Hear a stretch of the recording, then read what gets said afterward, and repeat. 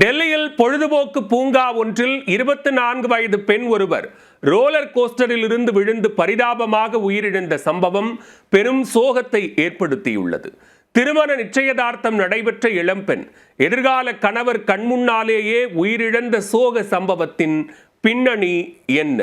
Final destination Hollywood திரைப்படத்தில் வருவது போன்று ரோலர் கோஸ்டரில் சென்ற இளம்பெண் பாதி வழியில் தூக்கி வீசப்பட்ட பயங்கர சம்பவம்தான் டெல்லியில் அரங்கேறி இருக்கிறது.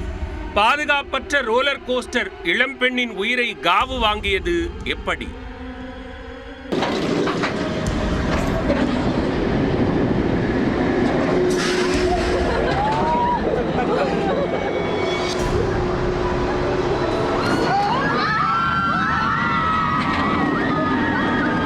டெல்லியைச் சேர்ந்த 24 வயது இளம்பெண் பிரியங்கா நொய்டாவில் உள்ள ஒரு தனியார் தொலைத்தொடர்பு நிறுவனத்தில் விற்பனை மேலாளராக பணியாற்றி வந்தார். பிரியங்காவுக்கு நஜாப்கர் பகுதியைச் சேர்ந்த நிக்கில் என்பவருடன் திருமண நிச்சயதார்த்தம் நடைபெற்றது.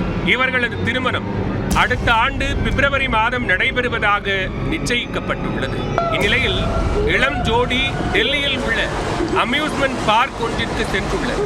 டெல்லியின் புறநகரில் உள்ள கபாஷரா அருகே ஃபன் அண்ட் ஃபுட் வாட்டர் பார்க்கிற்கு சென்ற அவர்கள் குதூகலமாக விளையாடி மகிழ்ந்தனர். மாலை 6 மணிக்கு இருவரும் ரோலர் கோஸ்டரில் ஏறினார்கள்.